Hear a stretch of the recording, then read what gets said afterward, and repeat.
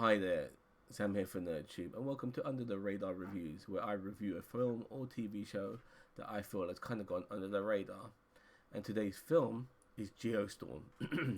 Came out in 2017, stars Gerard Butler, Abby Cornish, Jim Sturgis, Ed Harris, Andy Garcia, and fans of the Umbrella Academy. It also stars Robert Sheehan.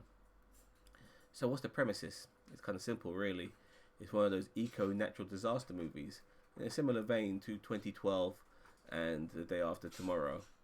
A different angle, though. The approach is a little bit different. You see, we get a massive exposition dump telling us about how the Earth is going through loads of different natural disasters. There's typhoons, hurricanes, all manners of things happening all across the globe, killing people, ruining people's lives, ruining livestock, ruining crops, everything you can think of, making the world a worse place to live in. So the world gets together and decides to build a space station nicknamed Dutch Boy. I forgot what the real name is, because who cares about the real name? It's called Dutch Boy to everyone else. And with this space station, there's also a net. I know it sounds a bit weird, but there's a net that kind of circles the Earth, and in different parts of that net, there are little satellites. Compared to the size of the space station, it's small. These satellites, and they make sure that any natural disaster that does occur stops from happening. So everything seems really great on planet Earth until natural disasters do start happening, because Dutch Boy not only can stop them from happening, it can create weather catastrophes as well. And so we do see very early on in this movie a really cool scene where there's this desert in Afghanistan, and there's a village in this desert, and everybody in this desert have been frozen to death. It's all covered in ice and snow. The military are checking it out, wondering what the fuck's going on. It's absolutely crazy. And at the same time, we see another cool scene where the city starts to boil and burn up because of heat and stuff like that, also caused by Dutch Boy. And then we kind of come to this conspiracy that somebody's, sabotaging and using Dutch Boy as a weapon, and we need to figure that out. Now, Gerard Butler's character, Jake Lawson, he plays the man who pretty much helped create Dutch Boy, and he loses his job at the beginning of the film because his services are no longer required. But then, because of all this shit happening, he's the guy who knows the space station the best.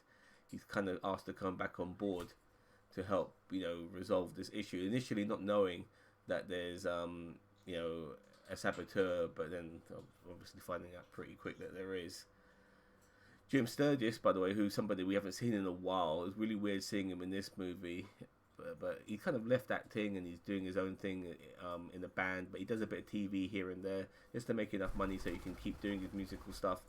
He plays Gerard Butler's younger brother called Max, who works in the government. He has a girlfriend on this who is also working for the government, but she's a Secret Service agent. Her name is Sarah, played by Abby Cornish, and their relationship is not really supposed to be allowed, but they have one regardless. Ed Harris plays the Secretary of State. Andy Garcia is the President of the United States. I mentioned Robert Sheehan in this film. He plays one of the astronauts in the space station. But we do spend some time in this space station after we do see a couple of natural disasters caused by Dutch Boy on Earth, which were quite fun initially, but then all that fun kind of stopped for a while whilst we were in space. And we see all these different astronauts from all over the world having different roles, making sure that Dutch Boy runs smoothly, as Gerard Butler's now there as well. He's just wondering what's going on and using his expertise to make sure the station runs well as investigate, who the saboteur is, because we have obviously one in space, but there's also people on Earth who are causing issues as well. They're working together, obviously. Now, regarding all of that, which is basically the plot of the film, the visuals are pretty good. Some of the action scenes are okay, but we don't get enough, in my opinion. We obviously get some cool stuff at the end and early on in the film, but during the middle, when we're just trying to figure out what the hell's going on, and we're putting all the pieces together, there's no sort of meat in that middle to keep us, on the edge of our seats. It becomes just basically a plot of discovery and understanding of who is causing all this havoc and trying to figure it out. I guess the film not being so long means that the pacing is reasonably good. So even though we don't get much in the middle of this film, regardless of all of that, it still moves at a decent enough pace that there's enough of the other visuals, the special effects of being in space, and some of these, even some parts of Earth are quite well, created, regarding the cinematography as well. So everything looks really nice when you're watching it. So I guess there's that to help pass the time. It's not an amazing movie, but then again, it never was supposed to be an amazing movie. It is a popcorn flick, done reasonably well. It's weird when you look at the ratings for this film. For instance, IMDb has it at 5.3 out of 10, which is pretty much middle of the road. But Rotten Tomatoes has it at 18%, which means it's shit. Whilst Amazon UK has it at 4.3 out of 5, which means it's really fucking good. So I guess when a film like this comes along, you should be the judge of it. There's some people who think it's meh, some people who think it's alright, and some people who think it's really good. I think it's okay. There's nothing amazing about this movie. The films like Day After Tomorrow and even 2012, and I say that begrudgingly, have maybe done this type of movie a little bit better. Day After Tomorrow, without doubt, is just the best of these sorts of films. But regardless,